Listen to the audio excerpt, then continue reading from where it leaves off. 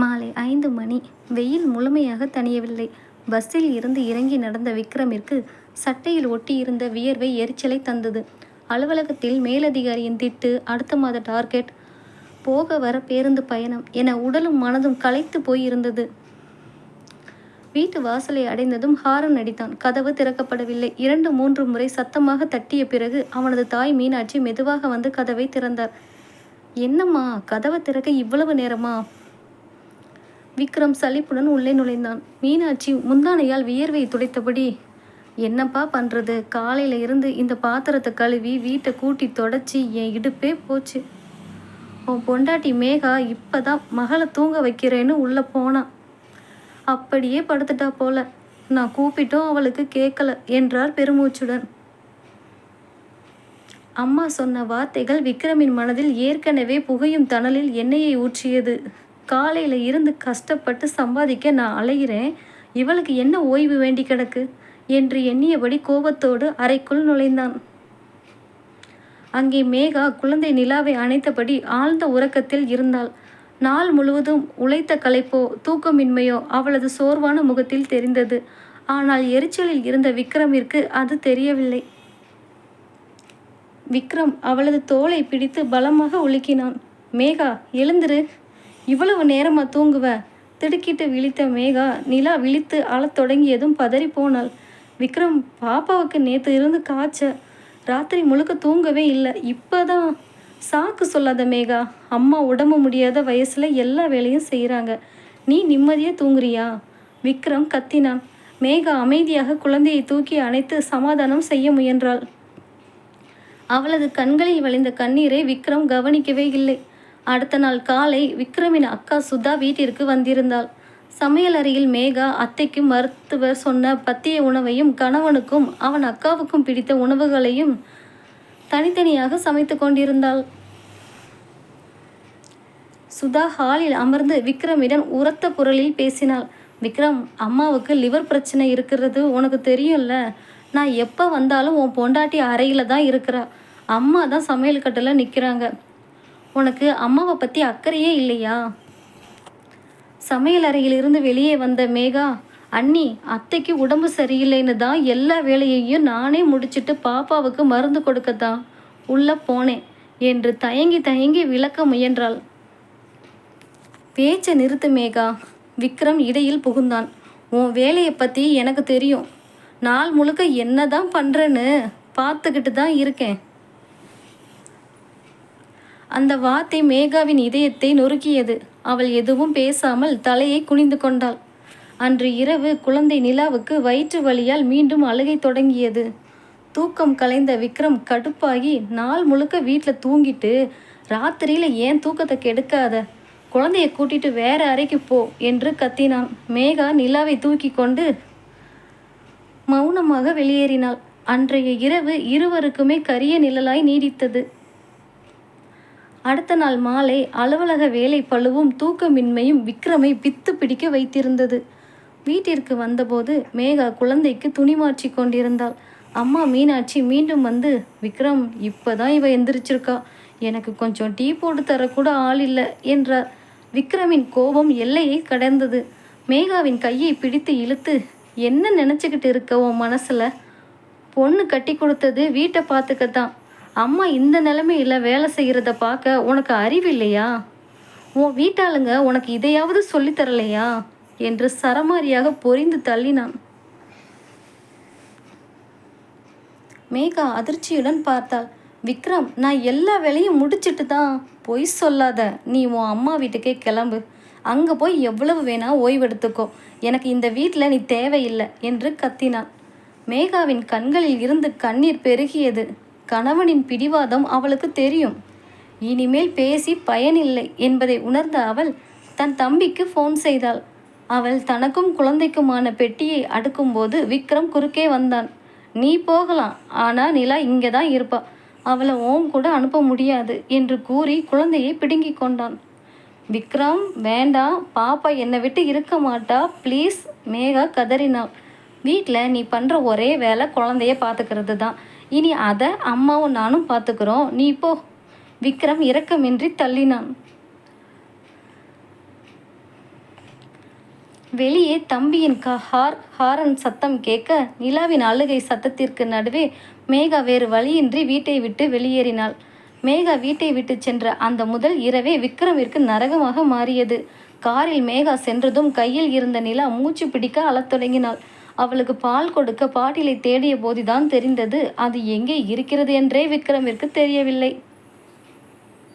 சமையலறை சிங்கில் கிடந்த பாட்டிலை கழுவி பாலை சூடாக்கி ஊற்றி கொடுப்பதற்குள் விக்ரமிற்கு போதும் போதுமென்றாகிவிட்டது. பசி வயிற்றை கிள்ள அம்மாவிடம் சென்றான். அம்மா, சாப்பாடு ஏதாவது இருக்கா? ஏன், உன் பொண்டாட்டி எதுவும் சமைக்கலையா என்றார் மீனாட்சி. சமையலறைக்கு சென்று பார்த்தபோதுதான் விக்ரமிற்கு உண்மை புரிந்தது. மேகா கிளம்புவதற்கு முன்பே அத்தையின் பத்திய சமையலையும் விக்ரமிற்கான உணவையும் சமைத்து பாத்திரங்களில் மூடி வைத்திருந்தாள். சமையலறை மேடை சுத்தமாக இருந்தது. சாப்பிட்டு முடித்ததும் நிலா மலம் கழித்துவிட அதை சுத்தம் செய்ய அம்மாவிடம் தூக்கிச் சென்றான். எனக்கு இடுப்பு வலிப்பா, என்னால் குனிய முடியாது என்று மீனாட்சி கையை விரித்துவிட வேறு வழியின்றி விக்ரமே அந்த வேலையை செய்தான். அருவருப்பும் சலிப்பும் மேலிட குழந்தையை சுத்தம் செய்து டைப்பரை மாற்றி தொட்டிலில் போட்டான். இரவு முழுவதும் நிலா தூங்காமல் அழுது கொண்டே இருந்தாள். பாட்டில் பால் சிந்திய துணிகள், ஈரமான டைப்பர்கள் என அறை முழுவதும் சிதறி கிடந்தன. விடிய விடிய தூக்கமின்றி தவித்த விக்ரமிற்கு இதையெல்லாம் மேகா எப்படி நாள்தோறும் புன்னகையோடு செய்தாள் என்ற கேள்வி முதன்முறையாக மனதிற்குள் முளைத்தது. 2ஆம் நாள் காலை தலைவலியோடு எழுந்த விக்ரமிற்கு ஒரு கப் டீ குடித்தால் தேவலை என்று இருந்தது. மேகா இருக்கும்போது காலை 6 மணிக்கெல்லாம் கையில் கிடைக்கும் சூடான தேநீரின் அருமை இப்போதுதான் புரிந்தது. அக்காவை பார்த்தான். அக்கா, கொஞ்சம் டீ போட்டு தரியா? சுதா சலித்து கொண்டாள். எனக்கும் உடம்பு முடியலை விக்ரம், வீட்டில் தான் எதுவும் வேலை இல்லையேன்னு அம்மாவை பார்க்க வந்தா என்ன வேலை செய்ய சொல்றியா? நீயே போட்டுக்கோ. அம்மாவிடம் சென்று அக்காவுக்கு உடம்பு முடியலைன்னா 2 நாள் இங்கே இருந்து சமைச்சு போட்டு பார்த்துக்க சொல்லுங்களேம்மா என்றான். அவளுக்கு புருஷன் வீடு, குழந்தைங்கன்னு 1000 வேலை இருக்குப்பா, அவள் இங்கே எப்படி தங்குவா என்றார் மீனாட்சி. அப்போதுதான் விக்ரமிற்கு உரைத்தது. தன் அம்மாவை கவனித்து கொள்ளவும் அக்கா ஓய்வெடுக்கவும் மேகாவின் உழைப்பு தேவைப்பட்டிருக்கிறது. ஆனால் அதே மேகா ஓய்வெடுத்தால் மட்டும் அது சோம்பேறித்தனம் ஆகிவிட்டது. அலுவலகத்தில் இருந்து மாலையில் திரும்பிய போது நிலா அழுக்கடைந்த உடையில் தரையில் அழுது கொண்டிருந்தாள். வீடே கூலமாகி கிடந்தது. துணிகளை துவைப்பது, பாத்திரங்களை கழுவுவது, குழந்தைக்கு உணவு ஊட்டுவது, அம்மாவிற்கு மருந்து கொடுப்பது என ஒவ்வொன்றையும் விக்ரம் தனியாக செய்தபோது அவனது உடம்பில் தெம்பே இல்லை. மேகா வீட்டின் அமைதியான தூண் என்பதும் அவள் இல்லாத இந்த வீடு வெறும் சுவர்களால் ஆன கூடு என்பதும் அவனுக்கு தெளிவாக புரிந்தது. 3 நாட்கள் கடந்தது. விக்ரமின் கோபமும் அகந்தையும் முற்றிலும் கரைந்து போயிருந்தன. தன் மனைவியின் உழைப்பை மதிக்காமல் அடுத்தவர் பேச்சை கேட்டு அவளை காயப்படுத்திய தவறான உணர்வு அவனை கொன்றது. மறுநாள் காலை நிலாவை தோளில் தூக்கி கொண்டு தன் பைக்கில் மேகாவின் வீட்டிற்கு சென்றான். கதவை திறந்த மேகாவின் அண்ணி விக்ரமை பார்த்ததும் முகம் மாறினாலும் உள்ளே அழைத்தார். உள்ளே நிலாவை கண்டதும் மேகா ஓடி வந்து குழந்தையை கட்டியணைத்து முத்தமிட்டாள். அவளது கண்கள் அழுது வீங்கி இருந்தன. விக்ரம் தயங்கி தயங்கி மேகாவின் அருகில் சென்றான். அவளது கரங்களை பற்றி கொண்டான். மேகா, என்னை மன்னிச்சிடு. உன்னோட உழைப்பையும் நீ இந்த குடும்பத்துக்காக சிந்துற வியர்வையையும் நான் புரிஞ்சிக்காம போயிட்டேன். நீ இல்லாத இந்த 3 நாளில் என் வீடும் வாழ்க்கையும் எவ்வளவு நரகமாச்சுன்னு எனக்கு மட்டும்தான் தெரியும். விக்ரமின் குரல் தழுதழுத்தது. மேகா அமைதியாக அவனையே பார்த்தாள். மற்றவங்க சொன்ன வார்த்தையை நம்பி என் கண்ணெதிரே இருந்த உன் தியாகத்தை நான் பார்க்க தவறிட்டேன். நீ தான் என் வீடு, நீ தான் நிலாவோட உலகம். தயவு செஞ்சு என் கூட வீட்டுக்கு வா மேகா. விக்ரம் கண்கலங்க கேட்டான். கணவனின் மனமாற்றத்தையும் உண்மையான வருத்தத்தையும் கண்ட மேகாவின் கண்களில் இருந்தும் கண்ணீர் வழிந்தது. அவள் நிலாவை அணைத்தபடி விக்ரமின் கரங்களை இறுக்கமாக பிடித்து கொண்டாள். இருவரும் மீண்டும் வீட்டிற்கு புறப்பட்டனர். ஒரு குடும்பத்தில் மனைவியின் உழைப்பு என்பது காற்றில் இருக்கும் ஆக்சிஜன் போன்றது. அது இருக்கும் வரை அதன் மதிப்பு யாருக்கும் தெரிவதில்லை. அது இல்லாத ஒரு கணம்தான் அதன் வீரியம் புரியும். மற்றவர்களின் வார்த்தைகளை வைத்து நம் துணையை ஒருபோதும் எடை போடக்கூடாது.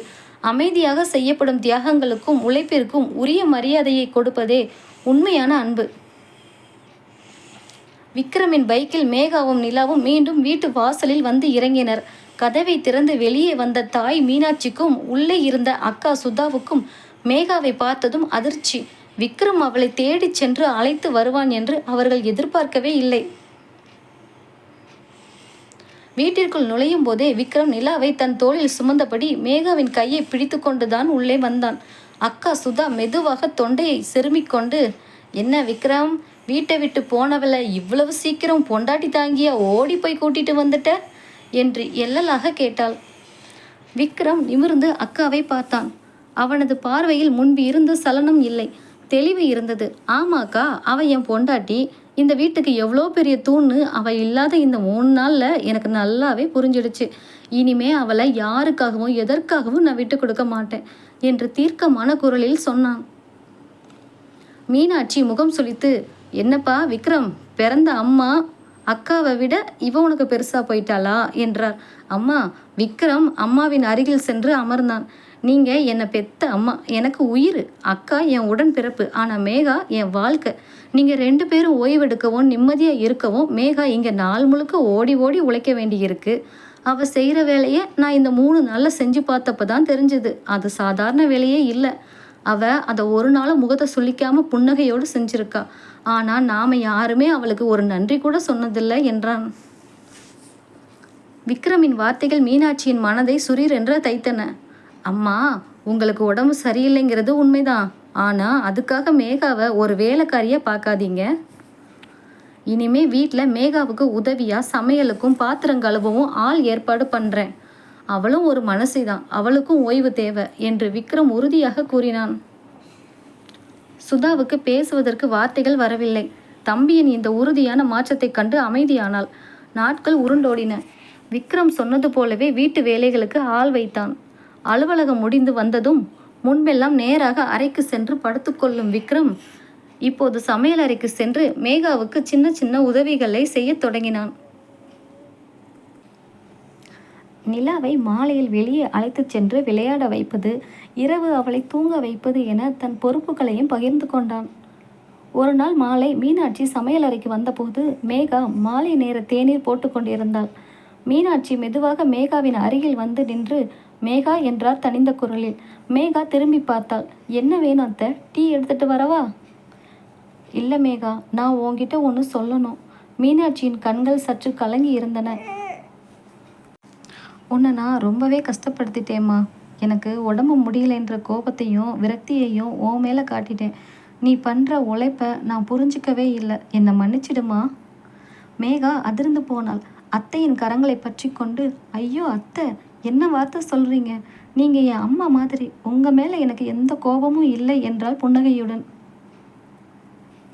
அப்போது அறைக்குள் இருந்து வந்த விக்ரம் மேகாவும் அம்மாவும் அன்பை பகிர்ந்து கொள்வதை பார்த்து அமைதியாக புன்னகைத்தான்.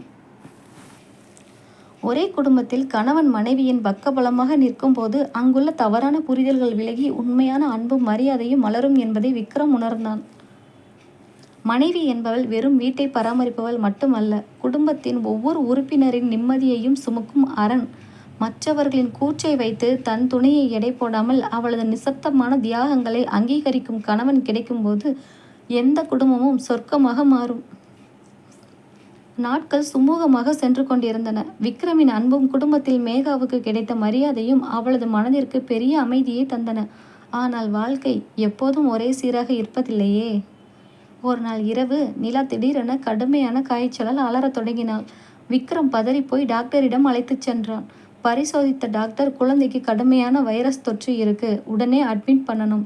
அது மட்டும் இல்லாமல் குழந்தைய முழு நேரமும் கூடவே இருந்து கவனிக்க வேண்டியிருக்கும் என்றார்.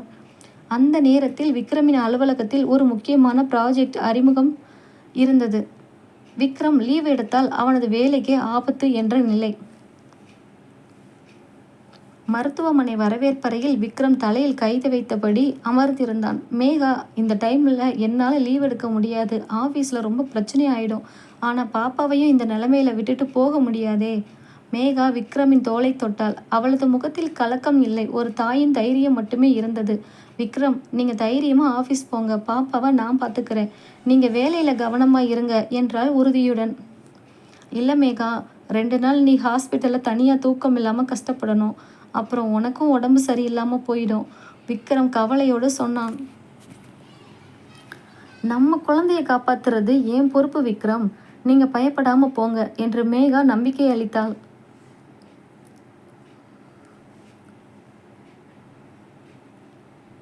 அடுத்த 2 நாட்கள் மருத்துவமனையில் மேகாவிற்கு பெரும் போராட்டமாக இருந்தது.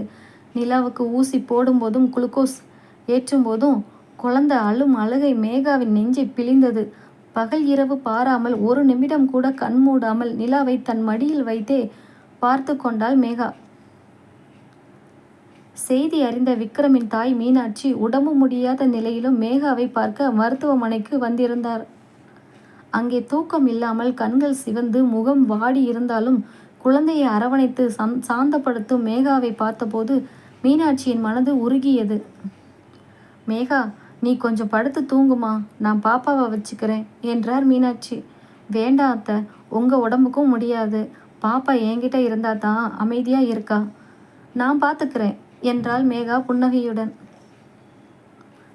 மீனாட்சிக்கு தன் பழைய தவறுகள் மீண்டும் நினைவுக்கு வந்தன. இப்படிப்பட்ட பெண்ணையா நாம் சோம்பேறி என்று தவறாக நினைத்தோம் என்ற குற்ற உணர்ச்சி அவரை ஆட்கொண்டது. அன்று மாலை விக்ரம் அலுவலக வேலையை முடித்துவிட்டு ஓடோடி வந்தான். நிலாவின் காய்ச்சல் குறைந்திருந்தது. அவளது முகத்தில் மீண்டும் புன்னகை மலர்ந்திருந்தது. விக்ரம் மேகாவை பார்த்தான். 2 நாட்கள் தூக்கமில்லாத சோர்வு அவளிடம் இருந்தாலும் குழந்தை குணமான மகிழ்ச்சி அவளது முகத்தில் பிரகாசித்தது. குழந்தையை வீட்டிற்கு அழைத்து வந்தனர். வீட்டிற்கு வந்ததும் மேகா குழந்தையை தூங்க வைத்துவிட்டு சமையலறைக்கு செல்ல முயன்றாள். உடனே மீனாட்சி ஓடி வந்து அவளது கையை பிடித்து தடுத்தார். மேகா, நீ நேராக ரூமுக்கு போய் தூங்கு. இன்னைக்கு வீட்டில் எந்த வேலையும் நீ செய்யக்கூடாது என்றார் அதிகாரமான ஆனால் அன்பான குரலில். அத்தை, அது ஒன்றும் பேசக்கூடாது. விக்ரம், இவளை கூட்டிட்டு போய் ரூமில் படுக்க வைப்பா என்றார் மீனாட்சி.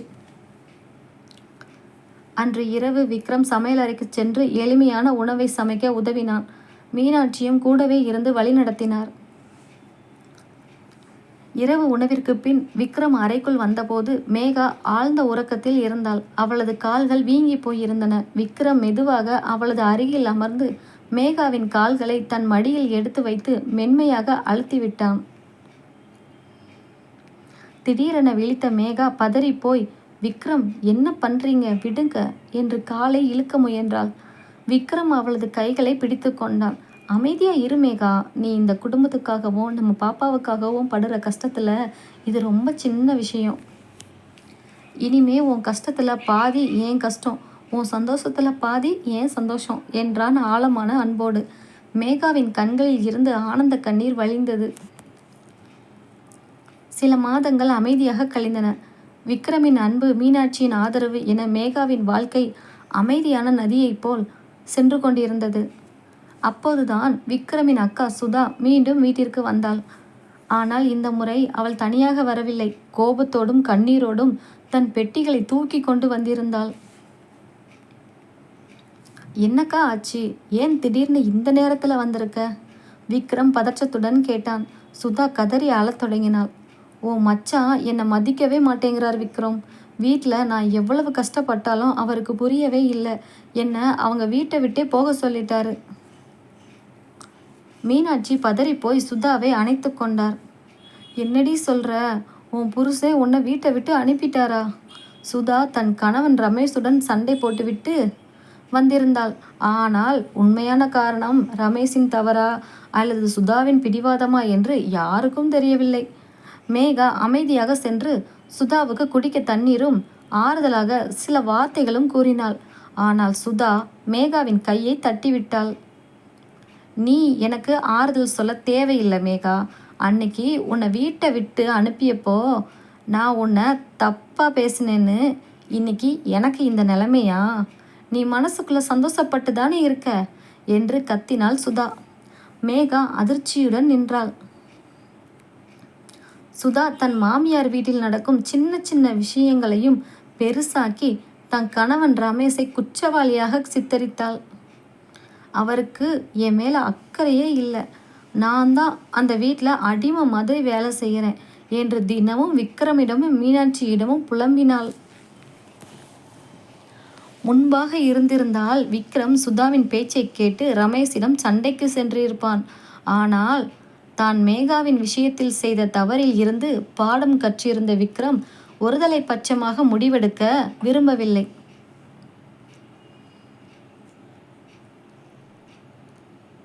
மறுநாள் விக்ரம் மேகாவையும் அழைத்து கொண்டு ரமேஷின் வீட்டிற்கு சென்றான். அங்கே ரமேஷ் மிகவும் சோர்வாக அமர்ந்திருந்தான்.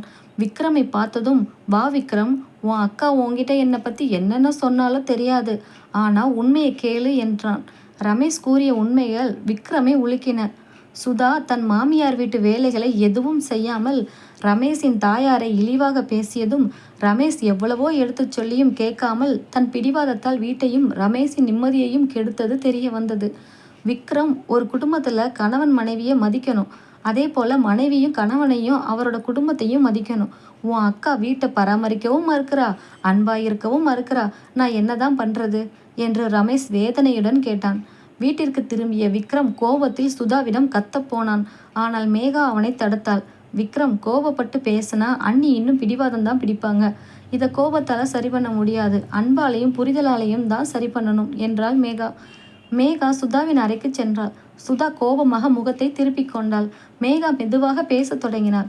அண்ணி, அன்னைக்கு விக்ரம் என்னை வீட்டை விட்டு போன்னு சொன்னப்போ எனக்கு எவ்வளவு வலிச்சது தெரியுமா? ஒரு பொண்ணுக்கு பிறந்த வீட்டை விட புகுந்த வீட்டில் கிடைக்கிற மரியாதையும் அன்பும் தான் நிரந்தரம். நீ எனக்கு புத்தி சொல்லாத மேகா. சுதா எரிச்சல் அடைந்தாள். நான் புத்தி சொல்லல அண்ணி. அன்னைக்கு நான் அமைதியாக இருந்ததுனால தான் விக்ரம் தன்னோட தவறை உணர்ந்தார். ஆனால் நீங்கள் சண்டை போட்டுக்கிட்டே இருந்தா அண்ணனுக்கு உங்கள் மேலே இருக்கிற கொஞ்சம் அன்பும் போயிடும். அண்ணன் உண்மையிலேயே உங்கள் மேலே பாசமாக இருக்காரு.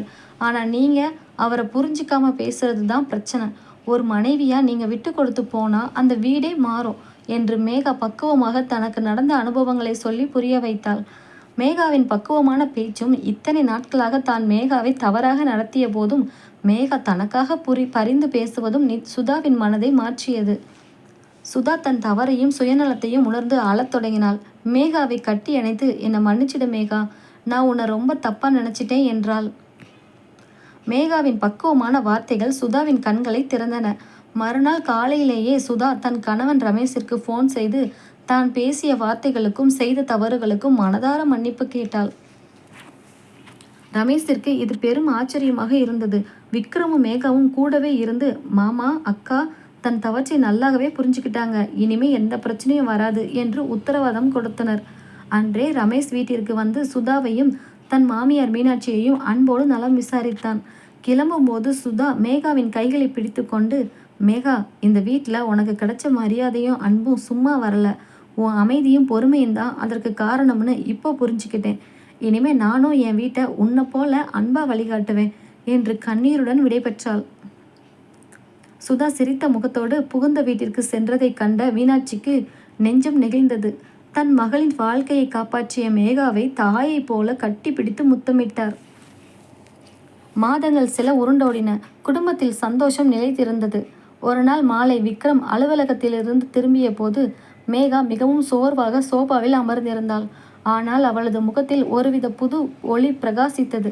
விக்ரம் பதற்றத்துடன் அருகில் சென்று, மேகா, என்னாச்சு, உடம்பு எதுவும் சரியில்லையா என்று கேட்டான். அப்போது மீனாட்சி கையில் தட்டோடு தின்பண்டங்களை எடுத்துக்கொண்டு சிரித்த முகத்துடன் வந்தார். விக்ரம், நம்ம வீட்டுக்கு இன்னொரு குட்டி தேவதை அல்லது ராஜகுமாரன் வரப்போறான்டா. மேகா மறுபடியும் கர்ப்பமா இருக்கா என்று மகிழ்ச்சியுடன் கூறினார். விக்ரமிற்கு சந்தோஷத்தில் வார்த்தைகளே வரவில்லை. மேகாவின் கரங்களை இறுக்கமாக பிடித்து கொண்டு அவளது கண்களை பார்த்தான். மேகா, முதல் முறை நிலா வயிற்றுல இருந்தப்போ உன்னை சரியாக கவனிச்சிக்காம உன்னோட கஷ்டத்தை புரியாமல் விட்டுட்டேன். ஆனால் இந்த முறை உன்னை என் கண் இமை போல பார்த்துப்பேன் என்று உணர்ச்சி வசப்பட்டு கூறினான். அடுத்தடுத்த மாதங்களில் விக்ரம் சொன்ன வார்த்தையை காப்பாற்றினான். அலுவலக வேலைகள் எவ்வளவு இருந்தாலும் வீட்டிற்கு வந்ததும் மேகாவிற்கு தேவையான அனைத்து உதவிகளையும் செய்தான். நிலாவை பராமரிப்பது முதல் மேகாவுக்கு நேரத்திற்கு உணவும் மருந்துகளும் கொடுப்பது வரை எல்லாவற்றையும் பொறுப்பாக பார்த்து கொண்டான். அத்தை மீனாட்சியும் தன் உடல்நிலையை பொருட்படுத்தாமல் மேகாவுக்கு பிடித்தமான உணவுகளை அன்புடன் அக்கறையுடனும் சமைத்து கொடுத்தார். 9 மாதங்களுக்கு பிறகு மேகாவிற்கு ஒரு அழகான ஆண் குழந்தை பிறந்தது. மருத்துவமனையில் கை குழந்தையை ஏந்தியபடி விக்ரம் மேகாவின் அருகில் அமர்ந்திருந்தான். ஒரு பக்கம் நிலா பாப்பா, மறுபக்கம் கை குழந்தை, கூடவே அன்பான தாய் மீனாட்சி. விக்ரம் மேகாவை பார்த்து மெல்லிய குரலில் சொன்னான், மேகா, ஒரு புருஷனா நான் உனக்கு கொடுத்த அன்பை விட ஒரு மனைவியா நீ இந்த குடும்பத்துக்கு கொடுத்த சகிப்புத்தன்மையும் அன்பும் தான் அதிகம். நீ தான் என் வாழ்க்கையின் உண்மையான வெளிச்சம். மேகா தன் கணவனின் கைகளை பிடித்து கொண்டு புன்னகைத்தாள். அவளது கண்ணீரில் இப்போது வலியோ வேதனையோ இல்லை, எல்லையற்ற மகிழ்ச்சி மட்டுமே இருந்தது.